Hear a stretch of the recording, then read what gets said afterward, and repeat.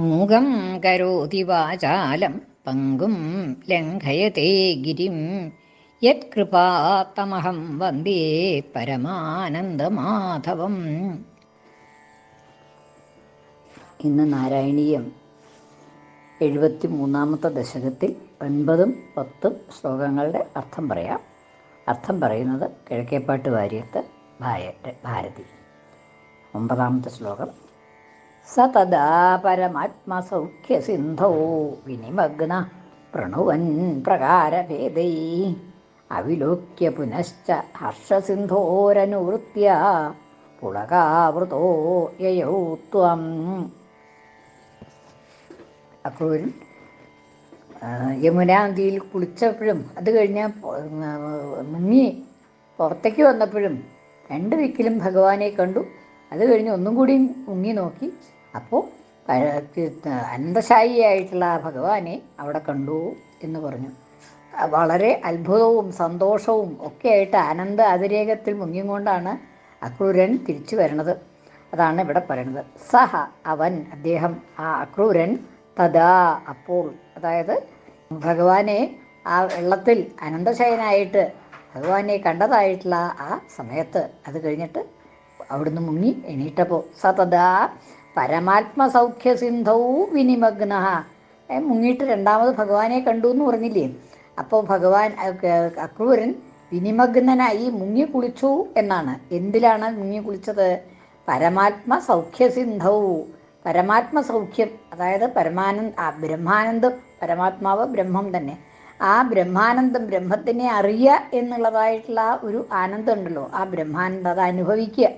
ആ പരമാനന്ദമാകുന്ന സൗഖ്യം, സുഖം, ആ ആനന്ദ അതിരേകം, അതൊരു നദി സമുദ്രം പോലെയാണ്. അതൊരു സമുദ്രമായിട്ടായിരുന്നു. ആ അത്രയ്ക്ക് അധികം ഒരു സമുദ്രത്തിൽ എത്രത്തോളം ജലം ഉണ്ടാവുമോ അതുമാതിരിയായിരുന്നു ഈ ആനന്ദ അതിരേകം എന്നാണ് പറയുന്നത്.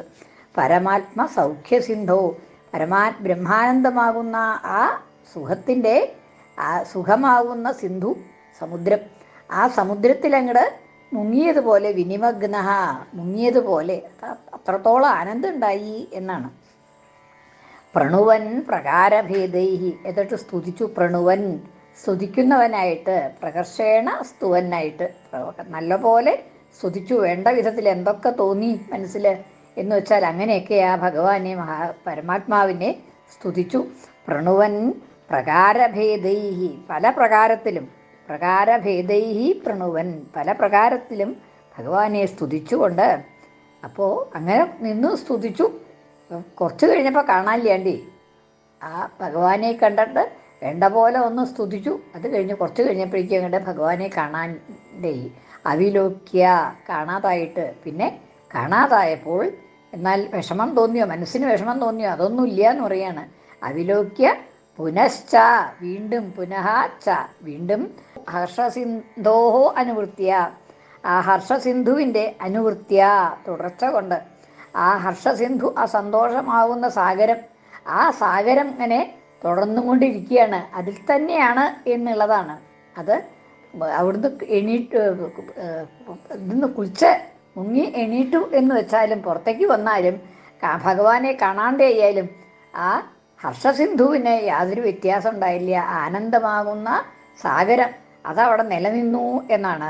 ഹർഷസിന്ധോ അനുവൃത്തിയ, അത് പിന്തുടർന്നത് കൊണ്ട് തുടർച്ചയായിട്ട് പിന്നെ ഉണ്ടായി. ആ ഹർഷസിന്ധു തുടർച്ചയായിട്ട് പിന്നെ ഉണ്ടായി. ആനന്ദ അതിരേകം, ഭഗവാനെ കാണാണ്ടായിച്ചാലും ആ ആനന്ദത്തിന് ഒരു മാറ്റം ഉണ്ടായില്ല. ആ ആനന്ദാതിരേകം പിന്നീടും ഉണ്ടായി. ഹർഷസിന്ധോ അനുവൃത്യ, അനുവൃത്യ തുടർച്ച, അതിൻ്റെ തുടർച്ച കാരണമായിട്ട്, അതായത് പിന്നീടും ആ ആനന്ദത്തിന് യാതൊരു കുറവും ഉണ്ടായില്ല. അതുകൊണ്ട് ഹർഷസിന്ധോരനുവൃത്യ പുളകാവൃത യയൗ ത്വം. പുളകാവൃത, ദേഹത്ത് മുഴുവൻ രോമാഞ്ചം ഉണ്ടായി എന്നാണ്. രോമം എഴുന്നു നിൽക്കുക. സന്തോഷാധിക്യത്തിലും സങ്കടാധിക്യത്തിലും, വേറെ കോവാണെന്നുണ്ടെങ്കിലും എന്ത് വികാരമായാലും അത്യധികമായിട്ടുണ്ടാവുമ്പോൾ ഈ രോമാഞ്ചം ഉണ്ടാവും എന്നാണ്.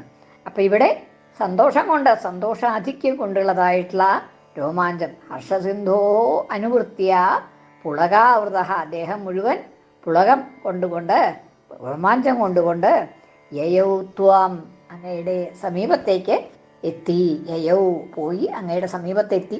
ത്വാം യയൗ അങ്ങയുടെ സമീപത്തേക്ക് വന്നു എന്ന്.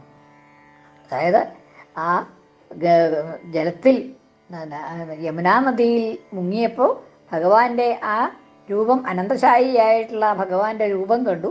ആ രൂപം കണ്ടിട്ടുണ്ടായതായ രൂപം കണ്ടപ്പോൾ നല്ലപോലെ സ്തുതിച്ചു. പല സ്തോത്രങ്ങളെ കൊണ്ടും അദ്ദേഹത്തിനെ പ്രകാരഭേദൈ പലതരത്തിലുള്ള സ്തോത്രങ്ങളെ കൊണ്ട് അദ്ദേഹത്തിനെ സ്തുതിച്ചു.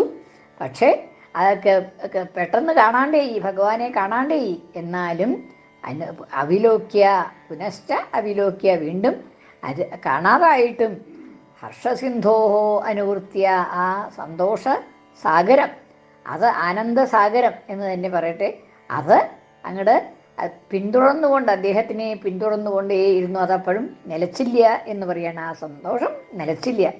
അപ്പം അതുകൊണ്ട് പുളകാവൃത, പുളകം ദേഹത്ത് മുഴുവൻ പുളകമായിട്ട് അദ്ദേഹം ഭഗവാന്റെ സമീപത്തേക്ക്, കൃഷ്ണന്റെ സമീപത്തേക്ക് വന്നു. കൃഷ്ണൻ തന്നെയാണ് ഇതിനൊക്കെ കാരണം എന്നുള്ളത് മനസ്സിലായി. എന്താ വെച്ചാൽ ആ കൃഷ്ണനെ തന്നെയാണ് രഥത്തിലും കണ്ടു, വെള്ളത്തിലും കണ്ടു. പിന്നെ നോക്കുമ്പോഴേക്കും ആദ്യം ഒന്ന് മുങ്ങി നോക്കിയപ്പോഴേക്കും അനന്തശായിയായിട്ടാണ് കാണുന്നത്.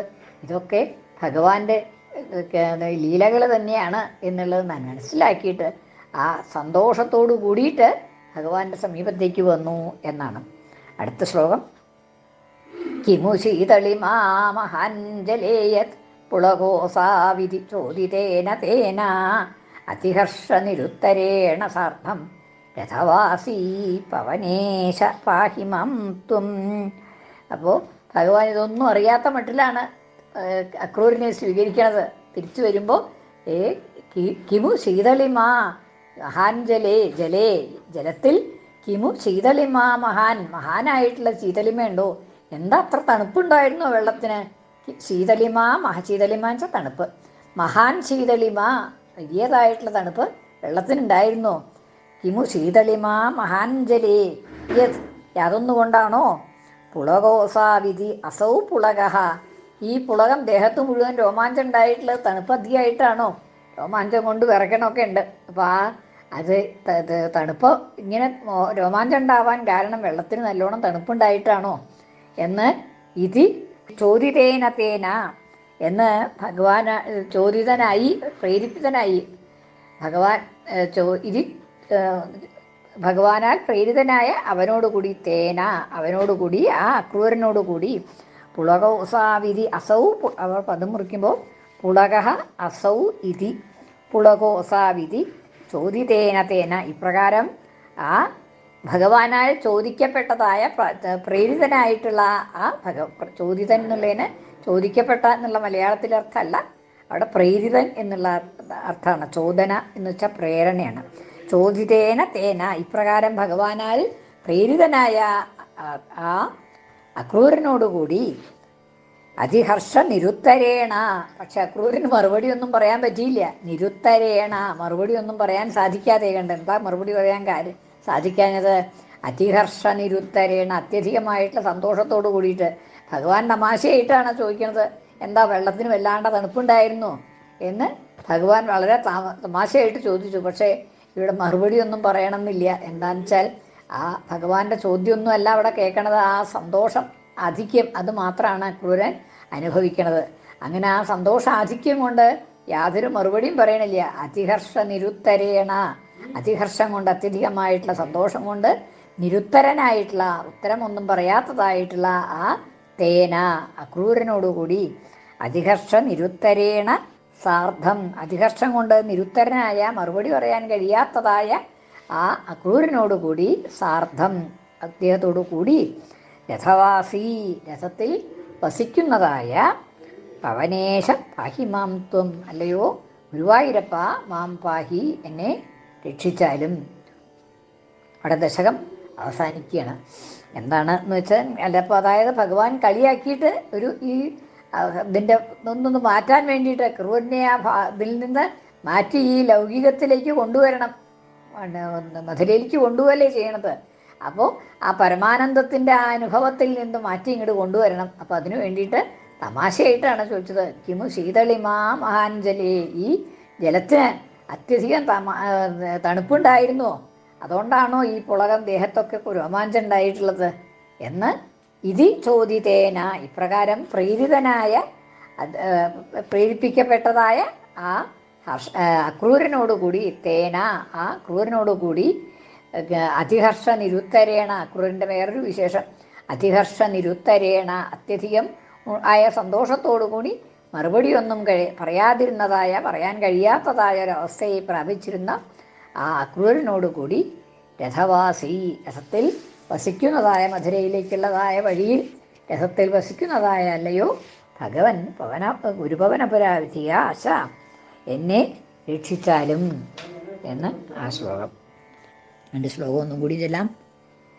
സതദാ പരമാത്മസി സൗഖ്യസിന്ധൗ വിനിമഗ്ന പ്രണുവൻ പ്രകാരഭേദൈഃ അവിലോക്യ പുനശ്ച ഹർഷസിന്ധോരനുവൃത്യ പുളകാവൃതോ യയൗ ത്വം. കൃഷ്ണാർപ്പണം. മലയാള പരിഭാഷ. സ്തുതി ചെയ്തു നമിച്ചു മുങ്ങി നിൽക്കേ പരമാനന്ദ സുധാരസത്തിലാടി പുളകാവൃതനായി നിന്നു പിന്നെ ബത കാണാഞ്ഞു കരേറി തേരിലെത്തി. കിമു ശീതളിമാ മഹാഞ്ജലേ യത് പുളകോസാവിധി ചോദിതേന തേന അതിഹർഷ നിരുത്തരേണ സാർദ്ധം രഥവാസീ പവനേശ പാഹിമം ത്വം. കൃഷ്ണാർപ്പണം. മലയാള പരിഭാഷ. കുളിരെന്തിതു ദേഹമാകെ വെള്ളം തണുവുണ്ടോ ഇതി കെട്ടതീവ തുഷ്ടൻ ഒരു വാക്കഥ മിണ്ടിയില്ലതെല്ലും രഥവാസീ പവനേശ കാക്കുകെന്നെ. സർവത്ര ഗോവിന്ദനാമ സങ്കീർത്തനം. ഗോവിന്ദ ഗോവിന്ദ.